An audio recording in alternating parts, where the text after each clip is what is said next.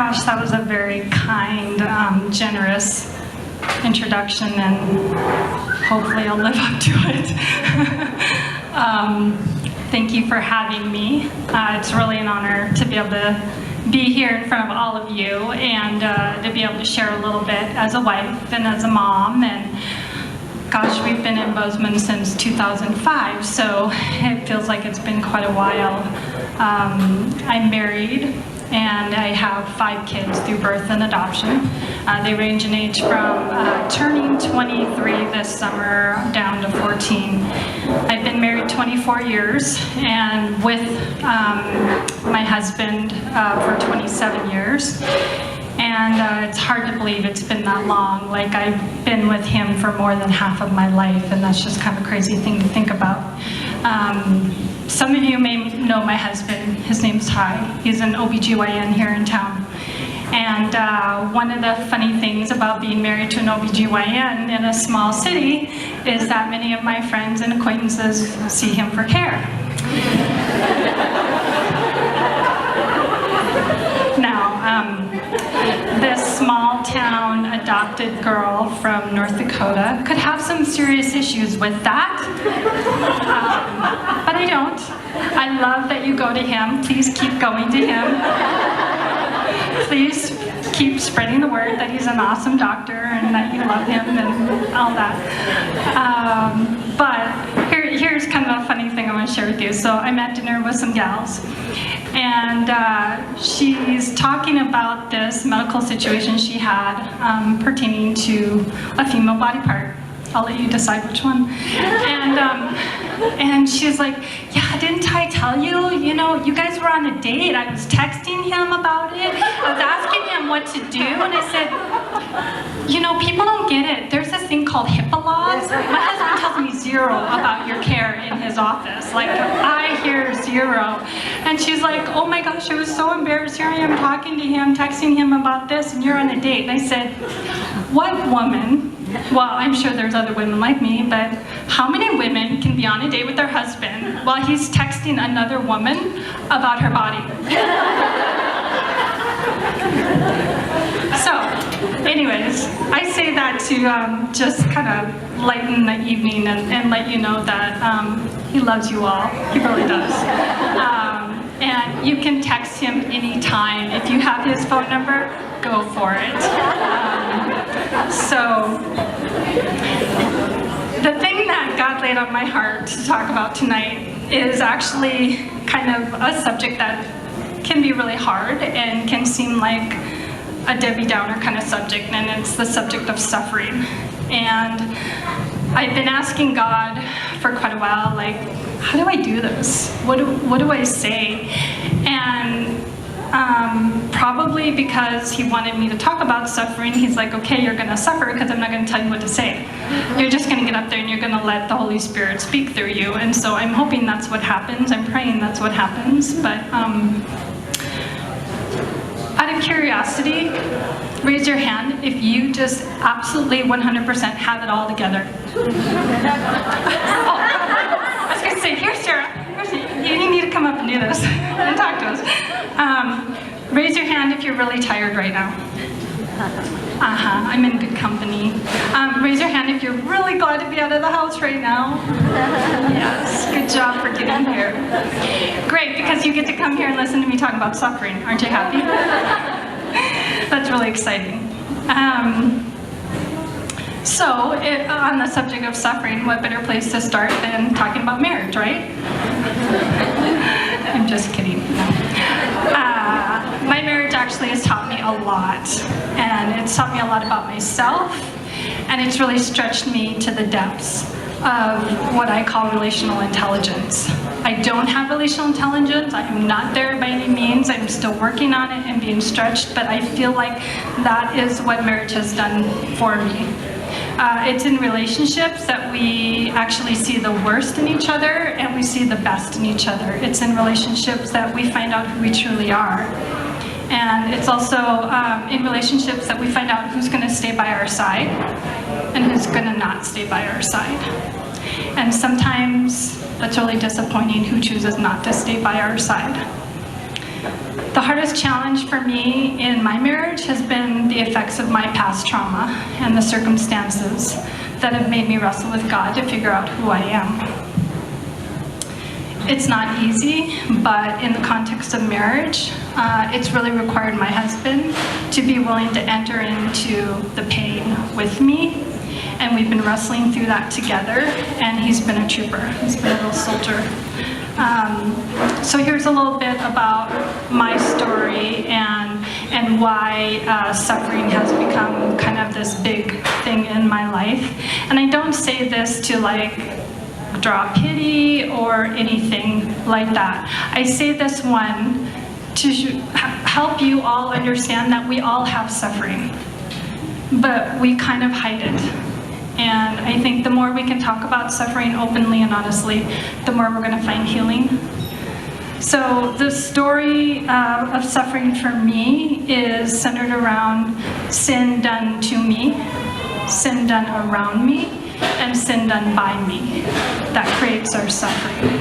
And my suffering has come in the form of abandonment, rejection, betrayal, emotional abuse, racism, divorce, loss of birth family and adoptive family members, being a scapegoat, having self-contempt, having idolization for other things, and feeling angry. Anybody in here feel any of those at any time? I hope so. Thank you. I found that suffering is bad when I just try to maintain. It's been bad when I've just tried to cope with it. When I've just tried to get through my day and try as best as I can not to recognize that it's there and not to deal with it. And I think we all have our own coping mechanisms when it comes to suffering. It can look like addiction. It can look like self-contempt. It can look like projecting our pain onto other people. It can look like zoning out on Facebook. It can look like zoning out on Netflix, watching This Is Us over and over and over and over again. My coping mechanisms and the results of that have been known to manifest itself in fearing relationships, fearing trusting people, self-contempt, zoning out and binge watching shows, working harder to be better, and self-isolation. And the last 5 years, honestly, have been some of the hardest I've ever experienced in my life. We've had a variety of situations that have crossed from our immediate family all the way over into my faith. And it is something that God has taken every facet of my life and has taken hold of it. Sorry, I don't know why I was doing that. Taken hold of it and really asked me to wrestle with Him if I really trust Him ultimately out of everybody. And through all of this, a very common thing that I would ask myself is, what did I do to deserve this? God must be punishing me. And I know that's a lie from the pit. So if you're saying that to yourself, it's a lie. Do not believe it. That's what the enemy wants you to believe, that you are being punished by God or that you did something to deserve this. I'd also ask God over and over again, why me? Why me? Why me again? Why me again? Why? Why can't I just have her life? Why can't I have her life? Her life looks really good. Why can't I be like that, you know? And oftentimes I've been known to succumb to just curling up in a ball in my bed and throwing the covers over my head and just wanting the world to go away because I just didn't want to deal with it. Anyone in here ever been there? So thankfully God has been pressing into me and showing me otherwise. That I'm not supposed to just cope, I'm not supposed to just maintain, that there's actually good in suffering. And it's not because of what the suffering is, it's because of who. The who is Jesus. And I want us to go back and think about the Garden of Eden, where sin entered into the world, because that's also where suffering entered into the world. When humanity partook of sin by doubting God's goodness and truth, there was sin that was done to Adam and Eve by the enemy lying to them and making them doubt God. And there was sin done by Adam and Eve when they partook of the tree of the knowledge of good and evil. And you take that garden and you fast forward to another garden, kind of ironically, the garden that we're all thinking about at this time as we get ready to celebrate Easter. And the Garden of Gethsemane, Jesus sat there in agony, in prayer. He was contemplating the suffering that was ahead of him, that he was going to endure. He knew it. He knew what was coming. And in that, he was talking to God. And he was thinking about being separated from God as he bared the sin that went all the way back to the Garden of Eden, that included the present sin and included sin in the future.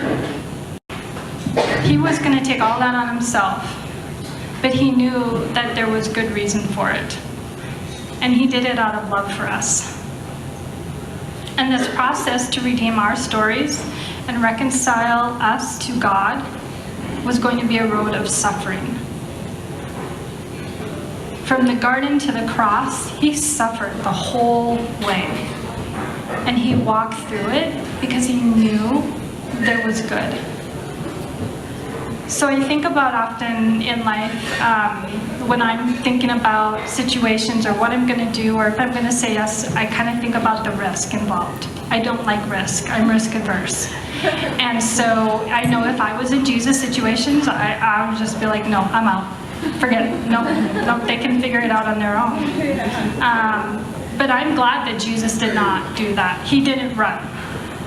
He sat there and he wrestled with God on this. And he even asked God, if it's possible, can you take this cup from me?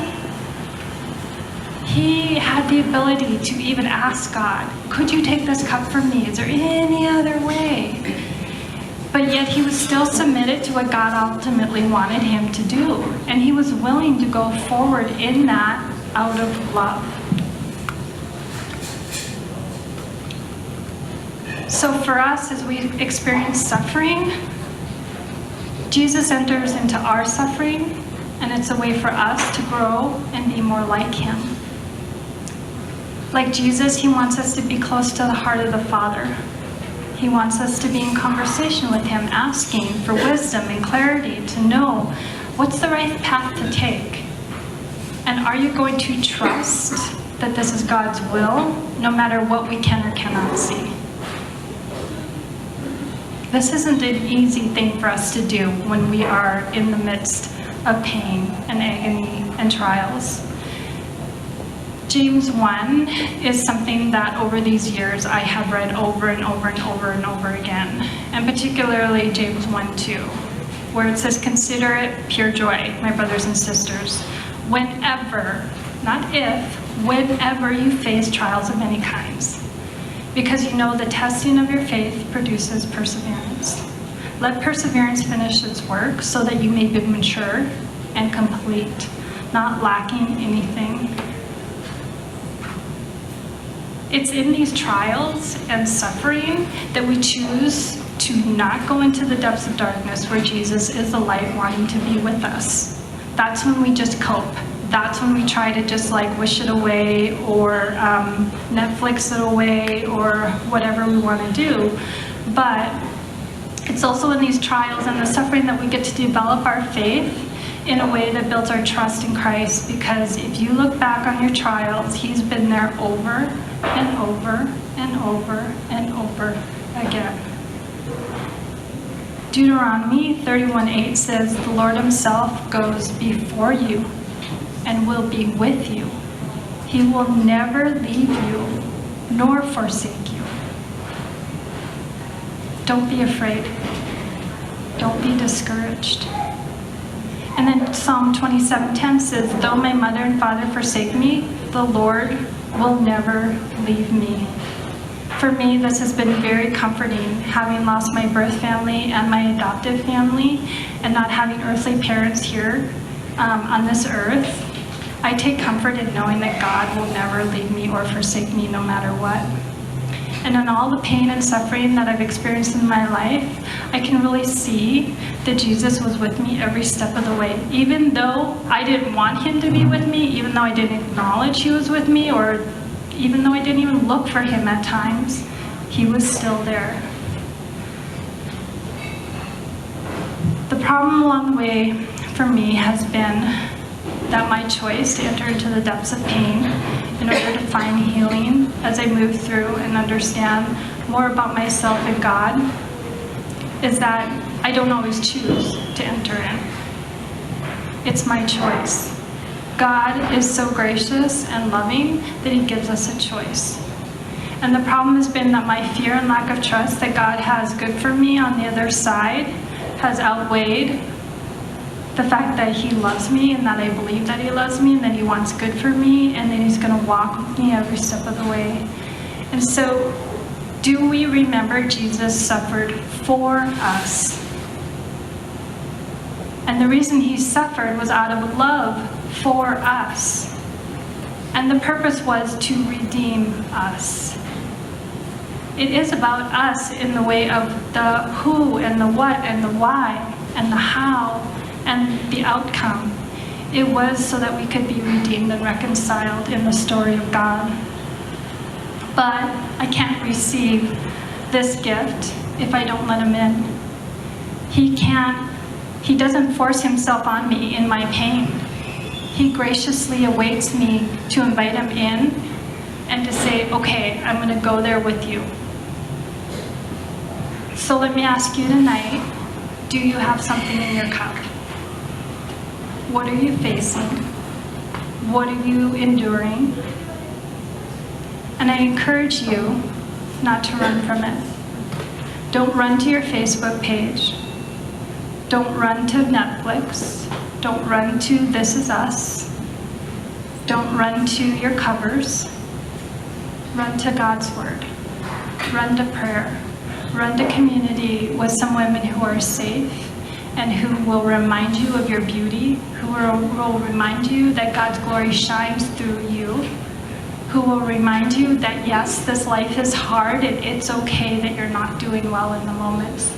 My small circle of women who I have around me right now, who are walking through this with me, have been the most important component outside of Jesus and my husband to getting me through these hard times. We need each other. And I think when we are in pain, it's this natural physical reaction and emotional reaction to want to reach out. But what causes us not to reach out? We're ashamed, or we fear, or we think nobody else is going through this, nobody would understand. I don't want to put myself out there and expose myself to all of these people or just even one person. But I would bet if you were brave and you stepped out and you reached out to one person that you know you can trust, that person would comfort you and would bring you encouragement and would cheer you on through the race. And ultimately, our goal should always point each other back to Jesus and remind each other, you are the beloved. And everything that God endured to bring his son to this suffering and pain and path of excruciating sacrifice was because you're the beloved. And it's for you that he did this. So as we enter into this weekend, it's Maundy Thursday for some, we think about the Last Supper. Tomorrow's Good Friday. We start all these preparations and everything like that. And so I just challenge you on Sunday, or even before then, take some time and really ask God to show you his suffering and how much he loves you and why he did it, and how you can embrace that, and how you can let him enter into what you're going through right now. I hope you'll give him that chance. So suffering, yes, it can be good. So that's why you shouldn't run from it. Thanks for letting me talk to you. Have a happy Easter. Thanks for watching. For more videos like this, please subscribe to our YouTube channel, and you can also follow Encourage Squad on Instagram and Facebook.